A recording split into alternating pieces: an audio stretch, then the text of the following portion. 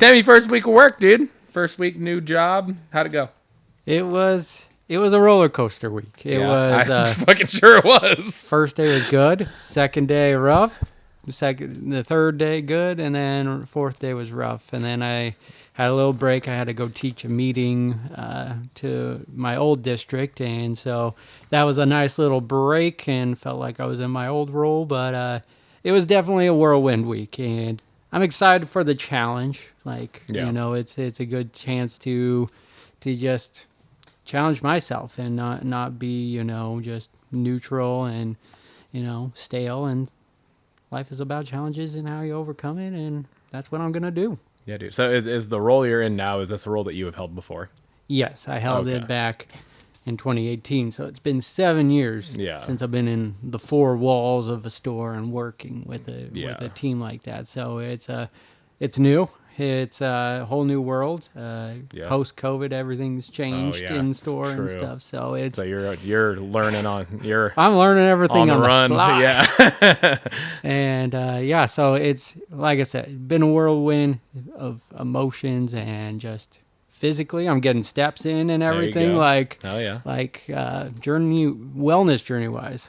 Crushing it in steps now, so that's a good thing. And dude, do you know what your average has been? It's been like 15 to 20. Yeah, okay. No, that's usually where I'm at on my feet all day at work as well. So it's a nice change of pace from just driving from store to store versus being in one place. It's better on the gas mileage, I think. I'm not driving 100 miles around. It's just to and from Renton. So it's Well, hell yeah, man. Welcome to the show. Hell yeah. Bourbon. Belts. Blockbusters.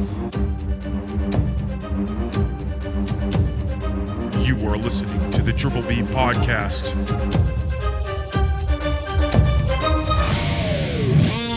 Let's fucking go. We got a cocktail this week, and this was my pick, and in honor of episode 69, I wanted to be a little dirty, and we made Sexier on the Beach, which is a play on Sex on the Beach. Instead of vodka, we are using our Woodinville gingerberry bourbon from last week. We got some orange juice, peach schnapps, and floated some cranberry juice. He already got in there and fingered his drink. I finger blasted it to make sure it was nice and stirred up for me. Oh yeah, here I'll join you. Yeah. Oh yeah, there we go. Neither of those were very good pops. There you go. There we go. A good one. That was a good one. Let's get right into it, man. Let's go. Skirt. Cheers. It's tasty. It's just a fruity drink, and you get the orange juice, you get the peach, you get the cranberry juice, and it definitely pops with the bourbon in there. It's not as good as the cocktails we've had the past two. Yeah. We've been on a roll. Yeah. We've been on we went 3 straight 10s. I think so, yeah. Or maybe it was 2 straight 10s and like 10s. a 9.75 or something. I don't remember. Yeah. I know you're not really into the sweet stuff, so I'm gonna go with a 5.5. Oh. And I have a very specific reason that is just a me thing. Okay. Orange juice and whiskey combination is one of my least favorite things. Yeah. So I didn't say anything. I wasn't trying to prejudge nothing. But when you were making it, I was like, I'm not gonna like this. But I was like, I'm gonna give it the fair go, and I'm gonna drink on it. It's not bad. It's just not my favorite thing, right? Like if you like a Sex on the Beach and you like whiskey, this is probably really good. Yeah. I do appreciate on kind of the back of the palate that peach aftertaste though. Yeah. Because you can definitely get the peach schnapps in the aftertaste there. It's just really on the tongue up front. I almost wish the cranberry was stronger. Yeah. Kind of give a little bit more of the sour I get what you're bite saying. to the cranberry. But you would think it would be stronger with the color of it. You were like, yeah, the cranberry like overtakes it when it's stirred up, but it's the orange and whiskey gets me. Gotcha. But what about you? I'm gonna give it a 7. I think it tastes pretty good. It's not great. I definitely see what you're saying with the bourbon and orange juice. It's not. And again, that's just like a personal preference to me. I've had a few different cocktails over the years that have incorporated those two things. I never care for them. Yeah. I think that's just my palate. So, like I said, it's not a bad cocktail. It's just for me. That's just where it's at. Yeah. I mean, it's one of our last sunny days, so it's a refreshing one on this. But yeah, I'll give it a 7. It is refreshing, 100%. It's nice and chilled, and it ain't making me gag or nothing. Yeah. So like I can drink it. So you're gonna drink every ounce. I am of it, gonna and drink. You're gonna like it. I'm gonna drink every fucking slurp. Hawk Talk, man. Let's get to our bourbon talking points of the week. We got 2 games this week. This past week. My brother. And we had 2 games. Won both games. We did. We won both games. So I'm going to talk on the Saints game. You're going to talk on the Cardinals game. And then we're just going to give our thoughts on our next opponent against Tampa Bay. So, the Saints game. Boy, did we play and dominate as we should have. We finally did not play down to a team. Yeah, dude. Like the Giants last year. Yeah. Or just... I can't name any, but we always play down to the trap games, and so for once we dominated it throughout the whole game, and it was fun to watch. It was. So that was talking point number 1. Yeah, man. It was just utter domination from start to finish, and it's something that it's like that is in no way, shape, or form something we're used to as Seahawks fans. Exactly. So it's just like, wow, that was fucking awesome. Going into those kind of games, we would be nervous typically. Oh yeah, absolutely. That was it. It literally felt like week 6 last year against the Giants. Yeah, like. Where it was one where it was like, all right, the Giants are literally like the worst, if not their bottom 3 worst teams in the league. Mm-hmm. And then we go into that game at home and lose. Yeah.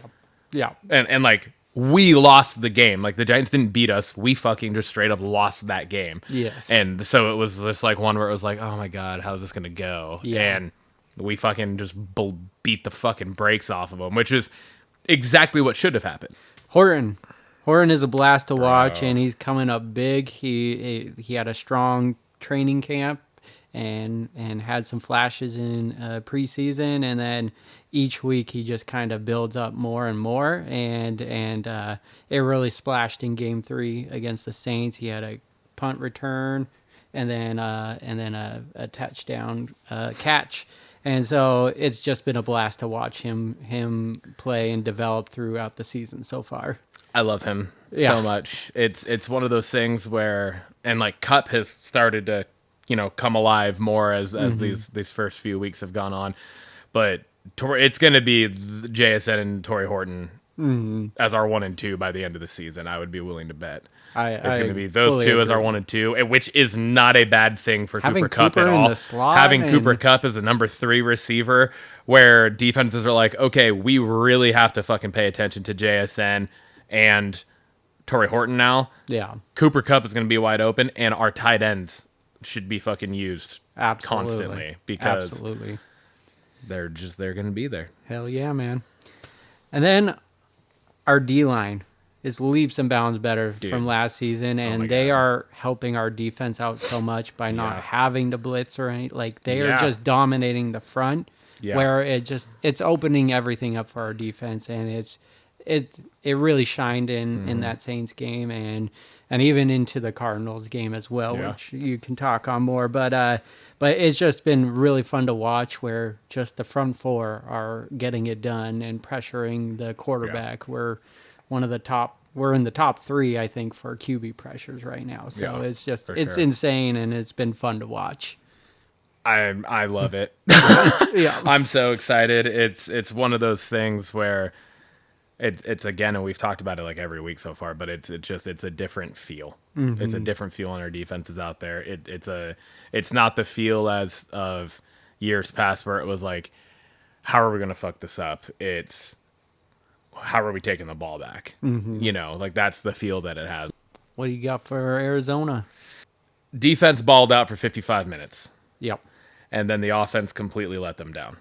I am not putting anything on, outside of one individual, I'm not putting anything on the defense in how close that game ended up being in the end, because it should have been a blowout. Yeah. And it was for 55 minutes. It was. It was. We were up 20-6 with 6.5 minutes left in the game. Yeah. But our offense continuing to come out in those last few drives and stalling. And then you have the missed kick, which, yeah, should he hit a 53-yard field goal? Probably. Does he usually? Yes. But that happens all the time in the NFL now, where and that's how fucking playing in Glendale has been for us for 10 plus years now. Absolutely. Some stupid fucking shit happens in the kicking game every fucking time we play there. It's crazy. Yeah. But expecting our defense to be able to put up what they had been putting up all game for literally an entire game is crazy. The offense has to be able to help put a game away. 100% agree. And that being said, Reek Woolen is fucking dog shit. Yeah. It's insane to me how we got Spoon back, which Spoon got beat a few times. Yeah. Right? He technically is the one that gave up both those 2 touchdowns in the fourth quarter. Right? I think there was a miscommunication on the second one to De Mercado, or whatever his name was, the running back, when it was just kind of the little check down pass that he scored on. Yeah. On that last one that helped him tie it. I want to say there was miscommunication in the defense, because he was like getting there late, like it was like a, oh shit, that's my dude type of thing. Yeah. The one to Marvin Harrison Jr. earlier, that's fucking tough. He was in great position. I just don't think he played the ball through the hands as well as you would hope. Yeah. But it was also a well put ball, and Marvin Harrison Jr. went up and high pointed it. Like, that's a good throw and catch. Yeah. Against arguably our top DB, right? Yeah. So that one's hard to fight over. The one down the sideline that was on, I think, the final drive that they had, that helped lead them to that touchdown against Spoon, was like, okay, you gotta break that up. You can't let him catch that. You can't let him catch that. Yeah. But he also missed 2 games. 2 straight games, and so you could tell like there was a little bit of like in wrestling you'd call it ring rust, right? Yeah. There's a little bit of that coming back out, and so that's one thing. But on the other side, Reek Woolen has played every fucking game, and he's getting worse. Yeah. Every game outside of the Steelers game, where he had 1 penalty and then you didn't really hear anything from him, good or bad, the rest of the game, which means I guess he's doing his job. Yeah. Right. But last week, a few penalties. Given up. Granted, it was against the Saints, but like the drives that were putting them in scoring positions, quite a few of them had to do with Reek Woolen. Yeah. Just boneheaded fucking penalties. Same Against again. Arizona. Fucking 3. He had like 3 penalties that kept drives alive for them. Yeah.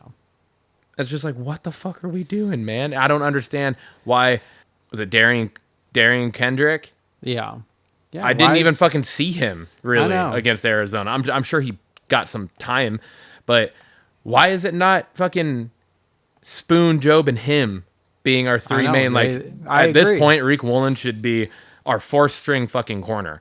Yeah. He should be coming in like, if somebody gets injured, or just needs a spell real quick, or if we're up big or whatever, you know what I mean? Like, or if you're in a package where you are putting multiple DBs because it is an obvious passing down. Yeah, sure. Put him out there in that situation. Yeah. Where all of our DBs are out there. But he should not be a regular fucking person on the field. And he has proved that time and time again. So the fact that he's still out there and Mike McDonald is not making that change has me questioning things. Yeah. That has me slightly worried, in all honesty. Yeah.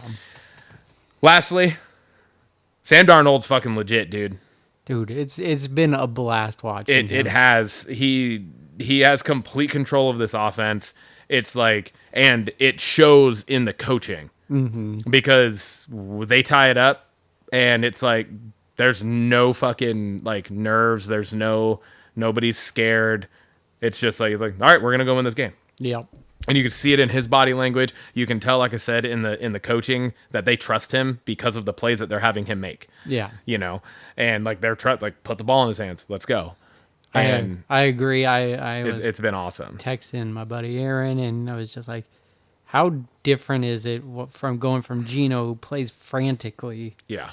Like every play, you're just like, oh God, like because he's running around. Sam is just so poised and it's so calm in every drive, and it is just so refreshing. And it was just like, was I nervous? Hell yeah, but it was tied, so it was just like, let's just try. Yeah.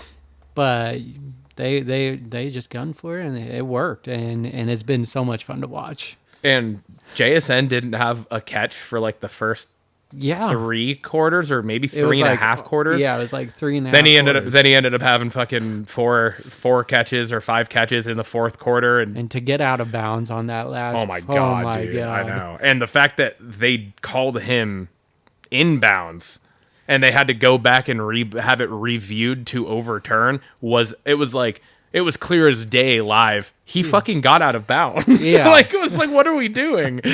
All right. We got Tampa Bay up we do next week. Yes. So we got a long Sunday. stretch. It's like a mini bye week. which is nice. I'm good with that. It's good. Absolutely. So what do you got for your thought on that? Dude, it's kind of a twofer. Our rushing attack needs to continue because we broke out against the Cardinals, 155 total yards. K9 had 81. Sharps had almost 40. It didn't feel like it. But they were just churning it out, right? Yeah. It wasn't a lot of like long busted runs, and K9 had 2 that got called back, right? Like that were like 20+ yard runs or whatever. I mean, even Darnold fucking added a 25-yard scamper. JSN had like 11. So that needs to keep going. But I think the number one thing is they got to figure out the Riq Woolen thing that I was talking about. Like that's you have to figure that out going into some of these next few games against Tampa Bay, who is banged up and missing. Like their number one receiver, Mike Evans, is out for multiple games with a hamstring, right? So it's like we got to be able to take advantage of that, and we can't be giving them field position allowing them to just sustain drives based off boneheaded plays. Yeah. Right. Yeah. So you got them, you got the Jags, and I know it's not in that exact order, but it's Tampa. I forget who the week after that is, and then it's the Jags, I believe. So it's like you got those 3 games. We got to figure out in that what's going on with the secondary there and who the actual ballers are. Yeah. Because Riq Woolen ain't it. What about you? I just said defense needs to be ready for a tight fourth quarter. The Buccaneers have come from behind in every one of their game, and they've scored in the final minute, right, or something like that, in the final minute to win all 4 games. Yep. So, yep. Every single or all 3 games. Every single one has been a tight fight to the end, and I won't put it past them. Baker Mayfield knows how to ball out when pushed against the corner, and so. Defense just needs to play throughout the whole game, and hopefully our offense helps them out a little bit so that it's not reliant on them. But just be ready for that fourth quarter fight. Oh, yeah. 3-1. 3-1, dude. 3-1. And it feels like a good 3-1. That brings us over to belts. Hell yeah. Ryan, what do you want to talk about? My boy, I wants to talk about Monday Night Raw. Let's do it. Hell yeah. I wrote down, first thing I have here is JD deserves better. He does. And I don't mean in like the matches he's being put in. I just mean storyline wise in general. I think he's fully being held down by being a part of the Judgment Day still. Agreed. And I mean, you could argue the same for Finn. I think Dom is truly the only one that has like fully come into his own under the whole Judgment Day thing now. I'll say Raquel has also. That's fair. That's fair. But I came do at Liv Liv getting injured, and I also feel like that's on the decline now too, because we didn't even see her fucking. That's true. Do any right? Like it was a backstage segment. Yeah, that was it. Yeah, like so I don't know. I just JD he's arguably one of the best fucking performers on Raw. Yeah. and so I just think he deserves whatever. Like I would love to see the whole thing with Dom and the IC blow up and JD win the fucking IC from Dom. That would be fucking awesome. And they would put on such a good match too. So yeah, no, I just quick thought on that is just we were so excited when Finn and JD won the tag titles. They've defended it one time. Again. They're back in the same fucking situation. Back into that same thing. So I agree. Not only it's both Finn and him being held down. Yeah. Is it getting interesting? I think so with the way it's going with Dom, but we've kind of seen this over and over again. So it probably doesn't happen. But no, I agree with you. I like it. Backtracking a little bit in the angle of the actual show itself, but I said I think the Cody and Seth setup right now is pretty legit so far. Mm-hmm. I like it so far. They're doing a good job. I like how Cody has showed like no fear in the eyes of the Vision, you know. But I'm excited for the clash of Cody and Seth again because they've done nothing but put on just fucking bangers in the ring together, right? So I mean, obviously WrestleMania and then the Hell in a Cell match, like they were so good, but. The out of the 3 matches we've had, how many have you won? So good. Yeah, that was good. It was so good. But the build to this is working well. Seth was just magic on the mic leading up into that and everything. Yeah, so absolutely. Great segment. I'm really excited for the match because, like you said, the trilogy they've had has been incredible. Been so yeah, it's been awesome. Next up, kind of speaking on the Vision here. The only thing I can think of for this is the setup for War Games that we've kind of alluded to before. But outside of that, I don't really get the angle here with LA Knight, Jimmy, Jay, the Bronze. I don't really understand it. And then I know, like, I'm sure you'll talk about it a little bit here too. But then what we got on SmackDown last night also, it just continues to muddy the waters here. Like, I don't understand where we're going here, what we're doing with this. It seems like it's been a long running fucking thing now, and it's almost like, okay, let's move on. Like, to a point, I wish that like could have just ended the fucking LA Knight J match clean. Why are the Bronze coming out in that match anyways? Strictly just to like strictly just to screw over LA Knight, even though they have issues with Jay more so almost. Yeah. But then you also had, which I did think was a weird moment, you did have the camera pan to Paul Heyman, and he had this little shit-eating grin on his face. So it's like, are they trying to, like, pry Jay into the Vision? Which would make zero sense, too. Yeah, because he's gunning for the title. It makes no sense. Yeah. So, I don't know. I'm getting over it. I think we kind of alluded to it last week, too. I think this is doing nothing but making Bronson Reed and Braun Breaker look bad. I don't think it's building them in any way, shape, or form as the future of the company. Like, they look like two fucking goons that continue to kind of get bested. Yeah. Right? Other than outside of them winning at WrestlePalooza. Even when they win, it's not benefiting them. Yeah. You know, so I don't know. Yeah, no, I'm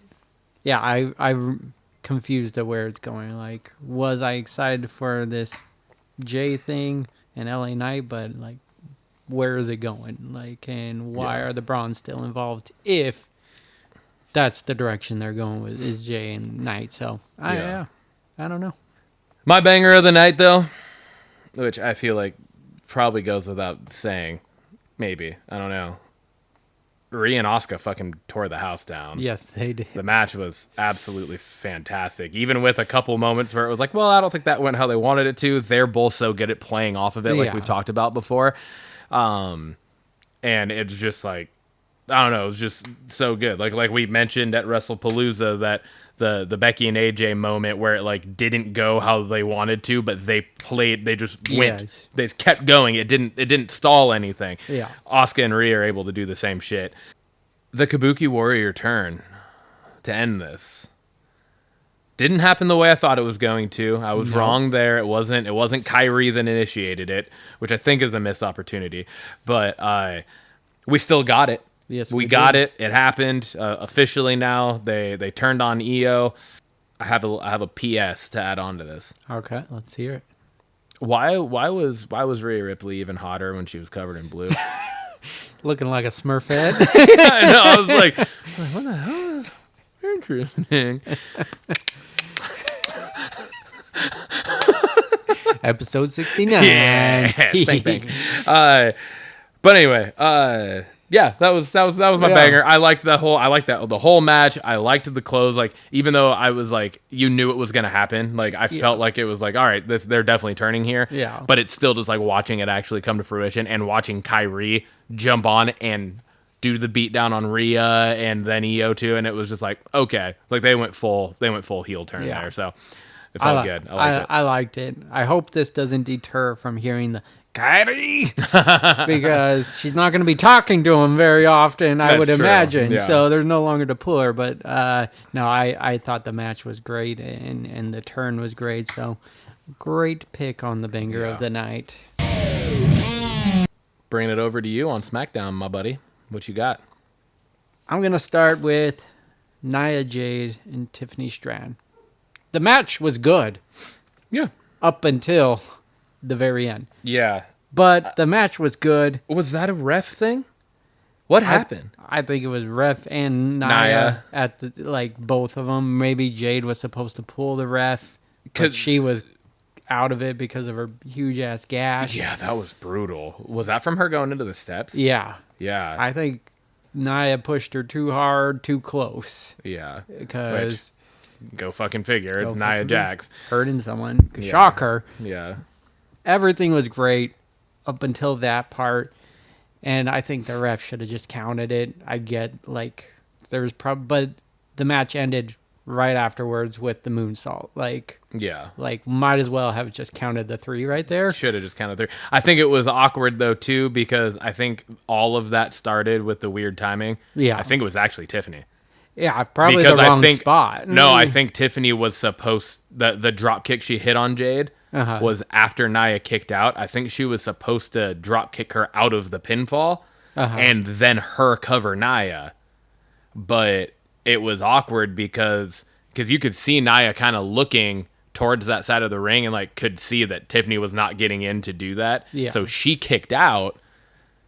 And then Tiffany hit the drop kick, and then she went for the cover on Nia Jax, which doesn't make sense because she just kicked out of a pinfall. Yeah. You know what I mean? Yeah. So I'm wondering if maybe that was supposed to be the finish. Yeah. You know what I mean? Yeah. Like maybe it was like Jade did whatever to Nia to take her out, and then Tiffany was supposed to drop kick her off and get the pinfall, but it all just kind of got messed up because it's like it's hard to then justify a pinfall happening onto someone that just kicked out of a pinfall attempt without another move. Yeah, I was curious about that because I was like, she just kicked out of Jade's thing pretty quickly, and then did not do anything. But that said, I mean, this was a match we had no interest in seeing. Yeah, but it ended up being good. I think even after Jade got busted open, they did a good job of adjusting quickly. Yeah, in that respect. It was just that final spot, of course, had to put a little damper on it. Yeah, for sure. But it was a solid match. I liked the face-off between Stephanie and Tiffany at the end. Yes. It took away, like you instantly forgot. Yeah. And you're like, hell yes, this is going to be such a good match. And that was the only way that match could go. Oh, yeah. Because I wouldn't. Nobody wants to see either of the other two against Stephanie Vacquer at Crown Jewel. No. Like, it's Tiffany versus Stephanie Vacquer. That's the only fucking match people want to see. Yeah. And we've talked about this before on here, too. I think I brought it up at one of the you points did. where I was like, we need to see Tiffany Stratton versus Stephanie Vacquer. That is going to fucking tear the house down. And yes. So now we're getting it. Paul Heyman opens the show. He did the whole, what do you want to talk about? And I thought this was going to be more leading into just talking about Seth versus Cody, but then he quickly goes to Brock. Yeah. And I was a little shocked by it, but he was about to talk on it, but then Cody comes out. Yeah. And I didn't like how Cody basically reiterates what Paul was about to just tell us without questioning it, you know, with the whole Brock Lesnar thing. But I think it's more planting seeds for War Games. It's going to be the Vision, Brock Lesnar, and maybe one other person, right? Yeah. So I think that's what it's planting seeds for that. But then we get Randy coming out to Cody's rescue. Yeah. And I think that's, again, planting more seeds for what we presume is going to be. We've been presuming for a while now. Cody versus Randy, and he held the title again, looked at it, and we've seen that a few times. And that's mainly what I was excited about. But then we also got the cold-ass line from Paul Heyman saying, "You're talking to the GOAT." Yeah. Which was just, so good. We talk about Paul all the time and how much we love him. But that line was just like, who am I talking to? The Oracle, the Advocate. And then he's like, "You're talking to the GOAT." And I was just like, yes! I also loved how Cody talked to, when he was talking to the Bronze, about how like he grew up with Vern, he grew up with Eric and like all of these. And then he was like, the thing about them is you always knew what their angle was. What is he trying to do? You know, like, it's like, you don't know what he's ever trying to do or who he's loyal to or anything. And Paul Heyman's like maniacal laughter and smile during that was just like, fuck, he's just pushing it even farther now. So good. He just makes any segment so good. Absolutely.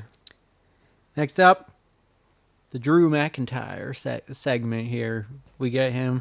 More conspiracy theories, and rightfully so. Why is this freaking ref getting in the way? Why get in the way? Yeah, it's true. Makes zero sense. And I love it too because he always ends up calling the ref out for something that was his fault, but then calling the ref out for something that totally makes sense. Yeah, because the ref taking 6 seconds to do the thing. He was the reason the ref went out of the ring in the first place. Exactly. And then had to come in and try to get the count. Yeah. But then, why is the ref standing in his way? 100% no understandable. Different than the stairs and anything. Exactly. And so, love that.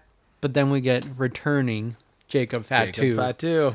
And we've talked about this before, too. Sorely missed him on our screen. Yeah. And, dude, he comes out, faces right off with Drew, pulls the mic from him, and just stands toe-to-toe with him. I'm pumped for this feud because that's just going to be a banger one. You don't need a title with it. Nope.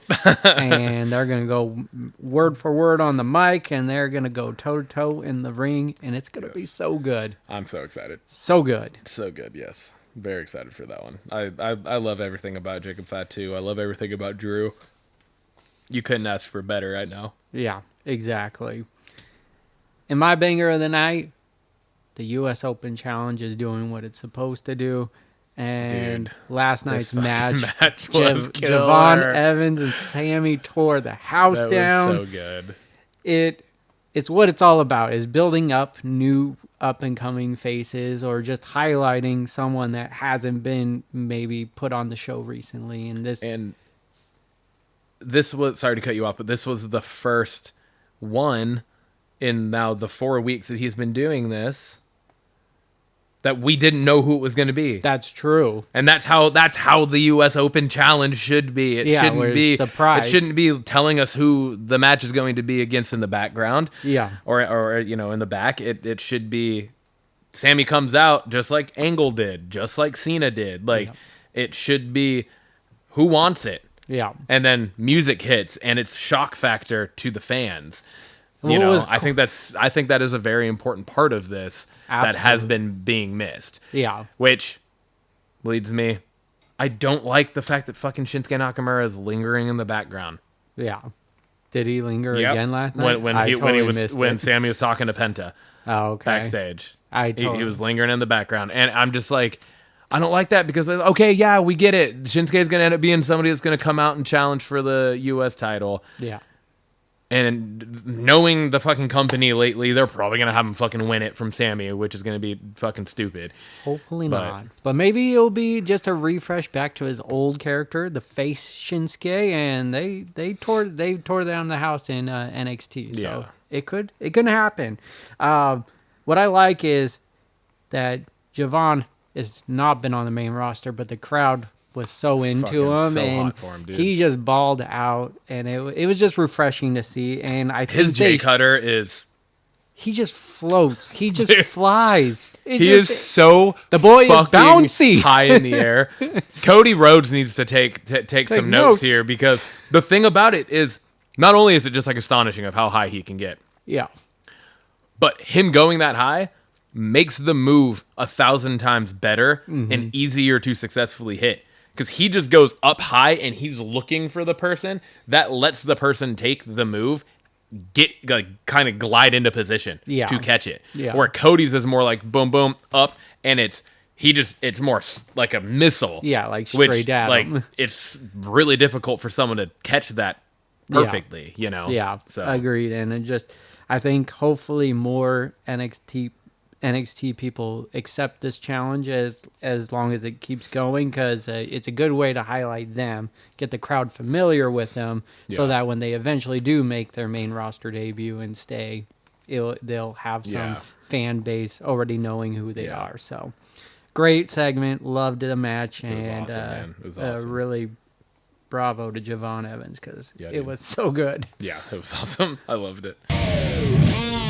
Bringing us over to the belts question of the week. This week I posed it, and again, kind of just another discussion question. I said, how do you feel about the social media announcement of John Cena versus AJ Styles at Crown Jewel? I said there's no build to it at all. We're not even going to see Cena before it. And then there's also really nothing from them either about it until it was announced, right? It wasn't like there was like social media call outs. There was just like a fan movement essentially that the company was like, yeah, fuck it, let's do this. Yeah. What do you think of it? I don't know. I don't want to hate it, but it just doesn't fit. Like I wish this whole farewell tour was a little more consistent of what they're trying to do. Like, I get AJ Styles isn't a shock value that Brock Lesnar brings, where him coming out of nowhere, but there was absolutely just like no story there other than him just going, where's John Cena? And just taking up TV time for that, where that could have been just he F5s him at SummerSlam. Yeah. I'm going to face him at this PLE, and that's all it needed to be then. Yeah. And then you could have had John Cena a little more, because the fun thing about AJ and Cena's feud was just what they did leading up to their match. Was it had a great story, and now we're not going to get that. So, yes, it's going to be a great match, because these two just have great chemistry in the ring. Do they need a story into it? I guess not. So, like I said, I don't want to hate it. I'm not in love with it either. And I just feel like it's kind of a bad taste immediately following the Lesnar build, if you will, to a fucking squash match. Yeah. With Cena. Like, Cena got completely buried, and now we're not going to see him again until he faces AJ Styles in what you will... I mean, I don't fucking know anymore, but you would assume he's going to win that match. Yeah. But it's like, I don't know. Yeah, I don't really like it. That's the thing. I don't really care for it because of just it. It doesn't feel right. Yeah, I think that, and I think they fucked themselves with with like the set amount of dates. Yeah. It should have just been like, dude, you're here for the year of 2025. Yeah. And like it's like you're filling in wherever the storylines guide you and need you to be, you should be there. Because now that they've done this, it's like, okay, so yeah, no shit, he's not gonna fucking show up at all until Crown Jewel, because he only has like 5 dates left, right? Maybe 4. Yeah, it's 4 or 5. It's on one hand. It's getting down there, yeah. And there's not going to not be a build to whatever that final opponent is. I mean, you got 3 in Saturday night's main event, War Games, Survivor Series. But and is he going to be Crown in Survivor Jewel. Series? Do we know that for sure? I believe one of the dates said he's going to be there. So okay, so that's 3 of whatever's that's 3 left. of whatever's left, and then the December final match. The Saturday night's main event. Oh, is that Saturday that's Night's Main the Event is December. the December? Yeah. So I think he's one. going to be there the 2 weeks leading into Survivor Series is what I saw in the roadmap. So I think it is 5. 2 weeks leading into Survivor Series. So then there's going to be 0 build. Or 2 appearances. So it could be in the same week or 2 but different. still, it's going to be. Oh, no, because he's not on SmackDown. Regardless, there's going to be 0 build to whatever his final match is. Yeah. To Saturday Night's Main Event. No. That makes no fucking sense. Yeah. No, So, I agree. I agree. And then dumb. I think the worst part is just how the match ended with Brock. It was a beatdown, and then it's just nothing on that next AJ Styles. Yeah. It's weird. I agree. Like I said, I don't want to hate it, but I kind of do. And I totally get why you don't like it. It's just, it makes no sense logically. Yeah, it doesn't. And especially, it was like there was so much of Cena in the beginning. Yeah. And now it's like, now you're getting to the end, and now we're just getting less and less and less and less of him. Like, that should have been the other fucking way around. And it was probably because of his heel run where the date countdown was more for his heel. Like, I'm taking this title home in this many dates. And it made sense during that. But then fucking pivot. Yeah. And say, you know what? Like, Cena should come out in one of these and be like, you know what? To hell with how many dates I originally was supposed to have. I'm here. See me the rest of the year. Yeah, right. Like I'm here. Saturday Night's Main Event is my last night. I'm here till then. Yeah. Like, fucking come out and say that. Nobody's gonna be like, oh, you said you only had 5 dates left. How dare you? Exactly. You know, like, you won't see a complaint from me. yeah. Well, that brings us to Blockbusters. we got our focus features here. We sure do. My brother, I put on here, couldn't not do this one. We've talked about it a couple times on the show now, with just kind of the info that we were getting. Yeah. Finally got the trailer for it, synopsis, everything. Now you see me, now you don't. Synopsis. The 4 horsemen return along with a new generation of illusionists performing mind-melding twists, turns, surprises, and magic unlike anything ever captured on film. The cast of this is Jesse Eisenberg returning, Woody Harrelson, Dave Franco, Isla Fisher, Mark Ruffalo, Morgan Freeman, all returning. Rosamund Pike is added to this list. And then the trio of newcomers, Ariana Greenblatt, Justice Smith, and Dominic Sessa. The release date for this will be November 14th of this year, and it will be out in theaters. Hell yeah, man. This Dude, the trailer's trailer looked fucking great. fantastic. I love the so first good. 2 movies. Same. And I absolutely. They're very underrated too, I think. Like, I agree. I don't think they're talked about enough. not exactly. And they should be. Yeah, they really should be. Like, they're legitimately, they're some of the best, like, magic heist movies, or just magic focused movies too, even. Yeah. Like, you could put them up there. 100% agree. And it's just, you got just this all-star cast. I love the addition of Rosamund Pike in this. Yeah. She's a creepy-ass lady, even just in the little glimpse. I know. And I don't even think she's supposed to be, but just I've seen her in Gone Girl, and Yeah, damn, she plays.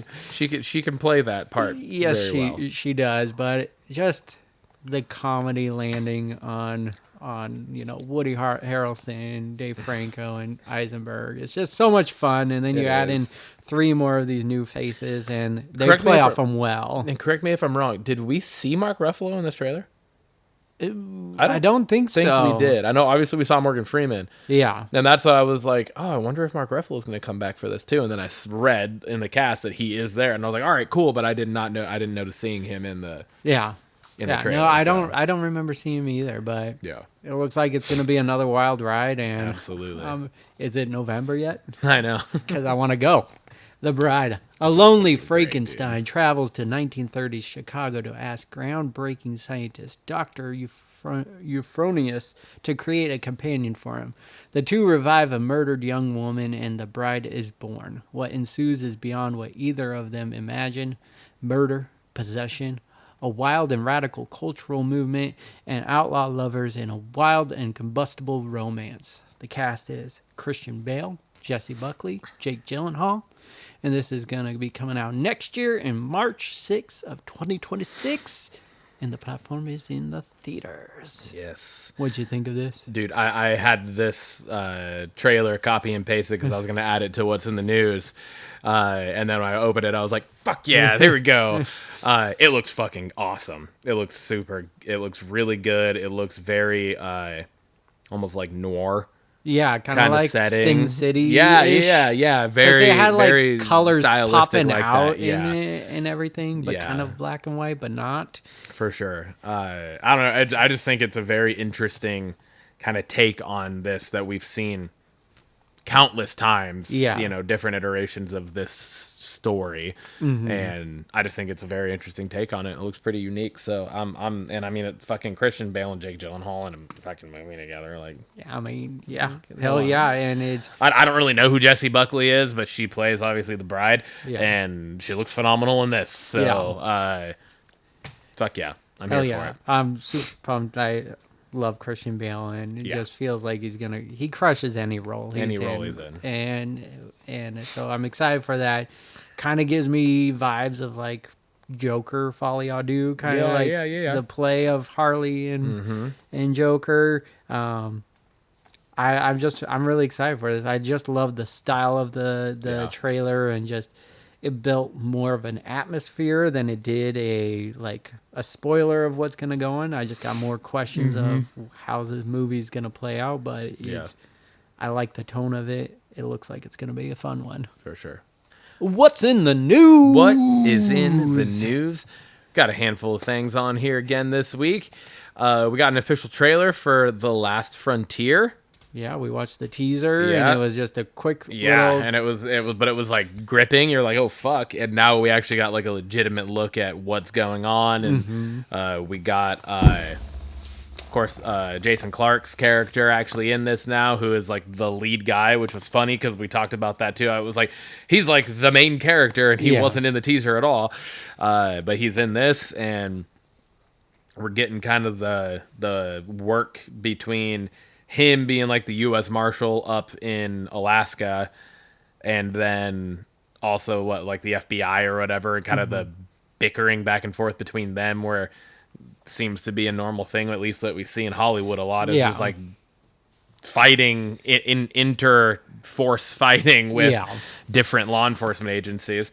So you get that. It feels very, and it was created by the creators of The Blacklist. And because we had kind of talked about that as well, that it kind of felt like it was going to be somewhat Blacklist-ish, where it might focus, and we don't know this, but it just still feels like it might be like where it's kind of a focus on finding each of these individual people. Maybe each episode is like a different focus. It kind of could seem like, while there is obviously the overall manhunt for it, but like there might be really focusing on individual ones. And you started to get a little bit more of glimpses into the individual criminals too. We got to see Johnny Knoxville's character a few times throughout this. That was cool. So yeah, I mean, I don't know. I'm still super disintrigued by this fucking character that they brought onto the plane that's all shackled up and in a mask and everything. So yeah, the trailer looks so intriguing. I'm really excited to see this. Is it a mini series or is it just season 1? Do we know anything? I don't know. I feel like it's just a series though. Yeah, it's just depending on how it plays out. It's just like, how can they keep it going past the season 1, kind of thing. That's true. And so it's not a knock on it. It's just, that's where my brain's already leading. But if it's just like a little mini series, I could definitely see how it plays out right away. But it's called Last Frontier, so you assume it's just going to take place in Alaska, and we're chasing after one main guy, while others. And I like how you said it could be just one episode is focused on another, while the overarch is this. But no, I'm still pumped for it. It's on Apple Plus, and they haven't steered us wrong. Yeah, seriously, they've been doing nothing but good stuff over there. So next up, I almost changed my actual your talking focus point. Feature? Yeah, my focus feature to put this on there, because I was like,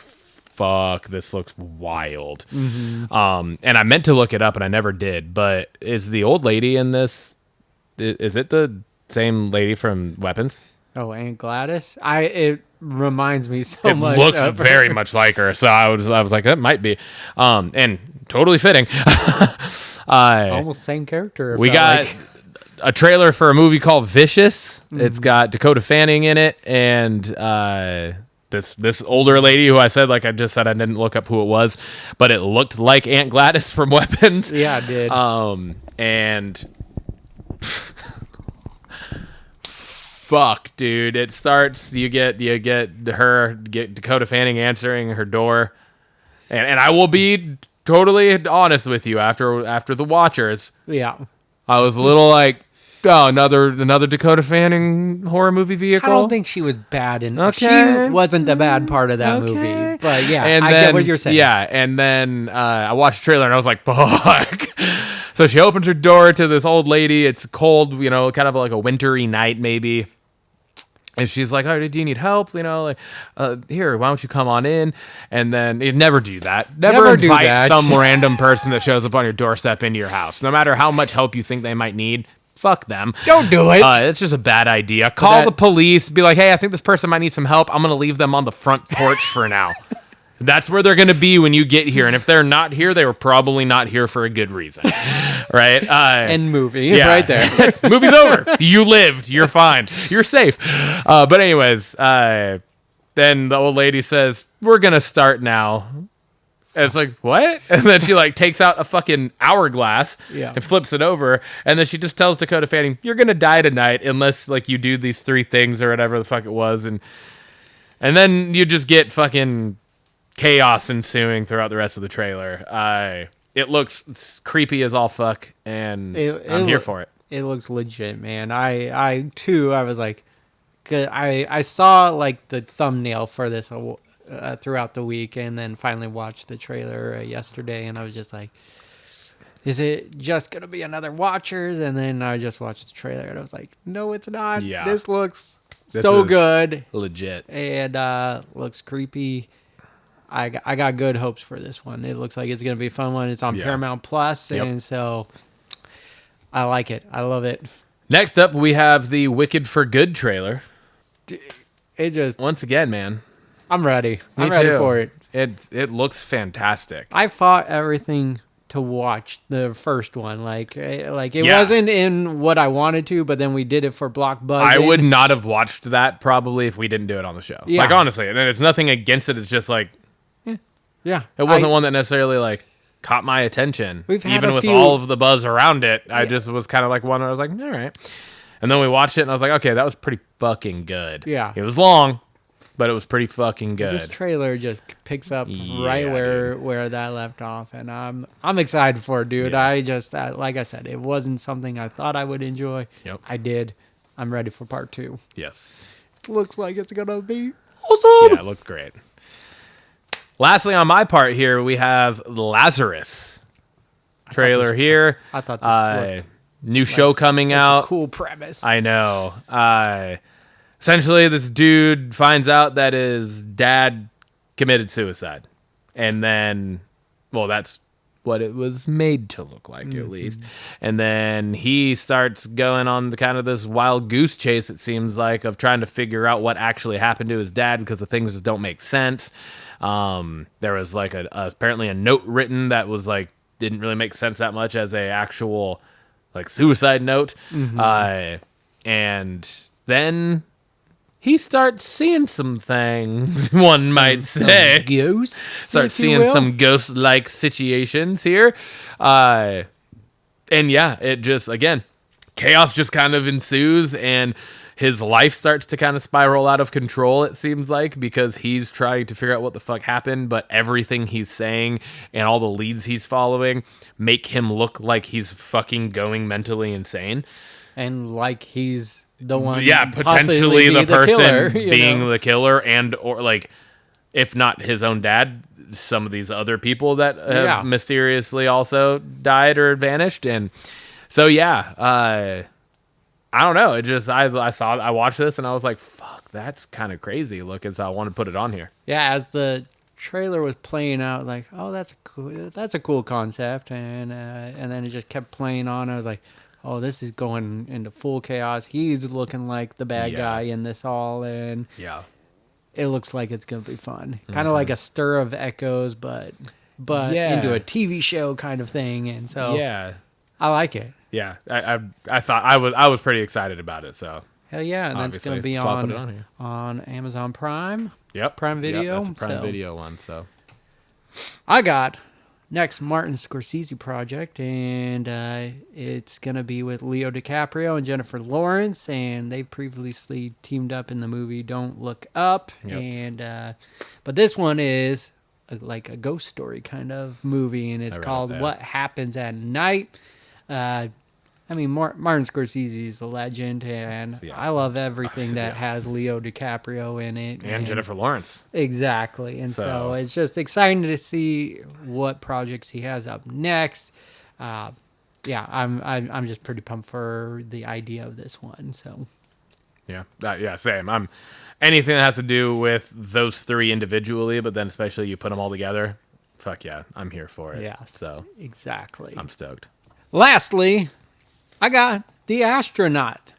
This will look like a fun trailer. We got Kate Mara, we got Lawrence Fishburne in this trailer, and it's this one's like a sci-fi thriller, and it's not your typical like space movie. This is a return from space and how your life is impacted afterwards. And well, to say the least. I mean, Jesus. I don't know where this movie is going, if it's going to be just like an alien movie, or if it's all mind games, or if there's a company at play in this, just because with some of the things you were saying. So yeah, I don't know. I mean, the very end of it definitely makes you think there's something there. Yeah, Jurassic Park scene right there. I don't know if you heard me while I was watching it. I literally just was like, it was right after they were like, oh, it's debris or something. She was like, what was it that broke my helmet? Yeah. And I was like, oh, she's infected. Yeah. Like something's inside her. Yeah. Is what I was thinking.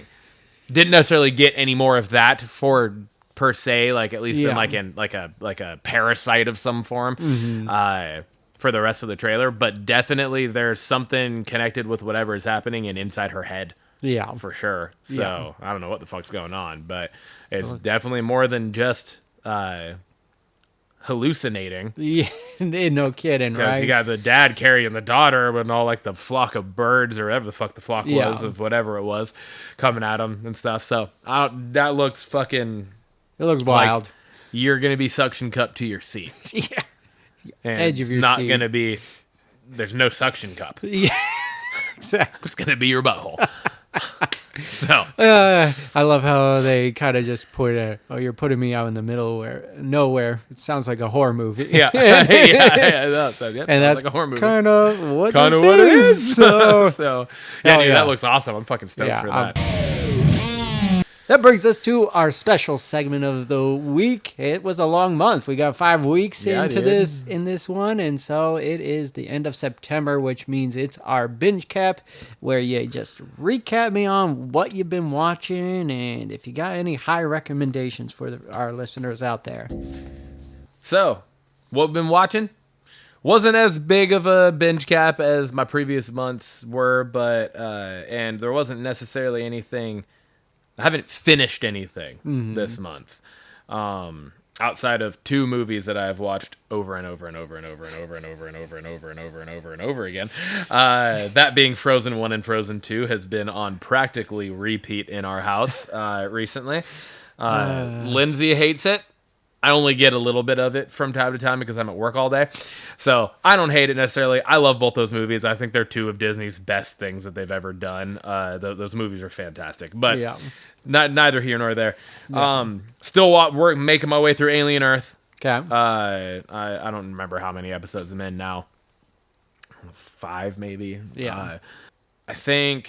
This last Tuesday is the only one that I think that's the only episode we're behind on. Only Murders in the Building. Okay. I'm like 3 episodes into The Paper. Nicely. And liking it so far. I don't know if you guys have started it yet or not, but I'm enjoying it quite a bit actually. Still working on the task. Yeah. Sorry, I think there's only there's 3 episodes. 3 is out now. Yeah, right? 4th comes out tomorrow. 4th comes out tomorrow. Yeah, I think I'm only through 2 right now, so a little behind on that as well. Been a busy month for me, and then just kind of outside of our normal realm of things we talk about on here, but we've had the Food Network on quite a bit. Okay. So a little diners, diners, drive-ins, and dives. Oh yeah, Guy Fieri, some Chopped, some Beat Bobby Flay. Okay. Some of those shows we like those, so we've had those on from time to time as well. And part of the reason I've been not having very much binge stuff happening is I've been watching Mariners baseball, motherfucker. It's been, pretty much every day there's been a Mariners game outside of like a single day off here and there for the last like 3 fucking weeks. Yeah. And it has been nothing but absolute beauty to watch. Even in a loss to the Dodgers last night, kind of a loss that is like whatever, because it's like we locked up the West. We locked up the West. We locked up a first round bye. Regardless, we locked up home field advantage through the ALDS. So it's whether we get the 1 or the 2, yeah, whatever. Like would being the number 1 seed in the AL be fucking dope? Yes, but the Yankees and the Blue Jays are kind of just they're pretty much whoever wins that division's probably going to be the number 1. So I've been watching a lot of Mariners baseball, which has been taking up all of my other watching time. Yeah. So agreed. What about you, man? Well, don't sell yourself short, because we watched these 3 movies. We watched Guns Up, Death of a Unicorn, and The Watchers. That is true. That is true. We did Very watch valid. those, so 3 movies. That takes up a lot of time right there. So we did those for our special segments. Yep. Other movies that I watched on top of that, I watched The Guest. Highly recommend that one. It was different. I couldn't tell you any like names that were big names that were in it. Yes, but it's like one where is it newer? No, it's fairly old. Okay. Not like old, but it's like a family mourning. Their son's died in the military, and then this guy comes from the guy's battalion and stays with them, and just weird shit keeps happening. And it's this guy. I feel like I've seen that. It's a pretty wild ride, and it wasn't like great, but it was also unexpectedly kind of decent. So okay, cool. So that was good. Haley started a documentary, and I just joined in. It captured me right away. It's called Unknown Number: The High School Catfish. It's on Netflix. Okay, you've seen a lot of memes, I'm sure. I've seen it like on Netflix. I haven't watched it yet though. Wild ride. Holy shit. Highly recommend it. Okay. That's the kind of thing that I could get Lindsay in on too. So just so many questions after watching it and everything, but what a crazy documentary. Okay. So highly recommend that. I also we're going into spooky season, so right. I watched Halloween 2018. Okay. Fun little rewatch there. That was a fun one. Great movie. Watched Wednesday season 1 and season 2. So rewatch season 1 and watch season 2. I should have added that onto my list. I'm still working my way through Wednesday as well. Okay. Season 2, because I watched season 1 already. So perfect. I'm also 2 episodes into Task, so I just need to watch last week's. Then I'll be caught up. Well, not really, because two episodes after today. Yeah. Only Murders we've been rewatching that. So watch seasons 1 through 3, and we're halfway through season 4 right now. Oh, okay, so you guys are rewatching it before starting the new one. So we haven't started season 5, but fully enjoying the first few seasons again. Great show. And then also, just to wrap it up, a couple episodes of Alien Earth. I'm a little behind on that one. So yeah. Not that because it's bad. It's just they've got a lot of shit we're watching. A lot of wrestling to watch. I watch wrestling, AEW, baseball, pay-per-views, football now. Like we're back in the swing of fall. So yes, yeah. So it is a busy time, but yeah, absolutely. Still quite a bit of. That was probably one of my better binge caps for a few months. So yeah, dude, busy September. And to wrap up the show, I posed the Blockbusters question of the week as well, and this one honestly was one that I was like super excited for. I had this idea, and I was like, "Oh, I think you're gonna fucking love this." I feel like this is something that you could totally get down on this idea, and I don't know. I just think it's one of the more fun kind of things that really kind of lets us dive into something that we've had as a question. So, I said, flip the script. Take a comedy movie that we know and love and turn it into a horror movie. Mm-hmm. Explain how it would work in relation to the original. All right. Yeah, I do think this is a fun question. And did you happen to watch like a trailer of like The Office or something? Like, because I've seen where it kind of flips the script on in that way. So the movie I would change, Mrs. Doubtfire.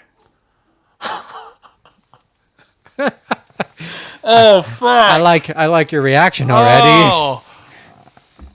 Okay, continue. And how this would, instead of just being a loving dad and just becoming this nanny, becomes a obsessive stalker ex of this family, and his goal is to get closer to the kids, but just obsession of wanting to be with the kids starts taking over, diving more into this nanny character and kind of just feeding more into it and just kind of getting lost in that all. And so crazy things starts happening.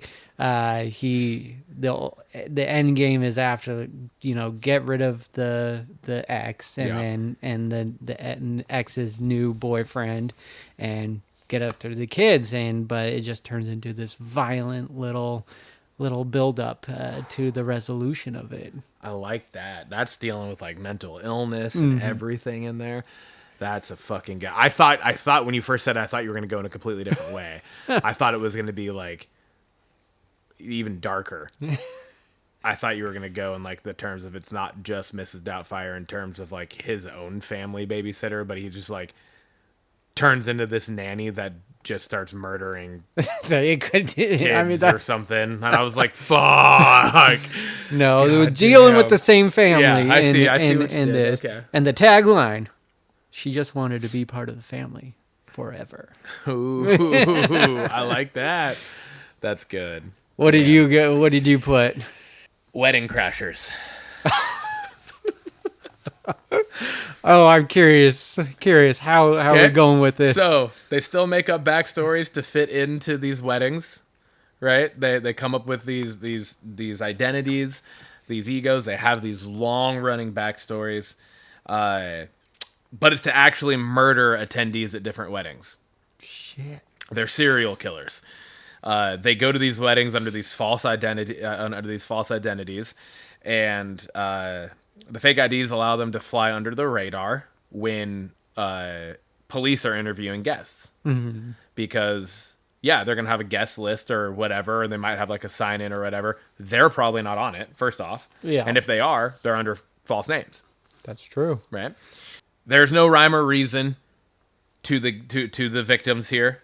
They just, similar to how in the actual Wedding Crashers movie, they just pick out a guest at the wedding that they want to bag.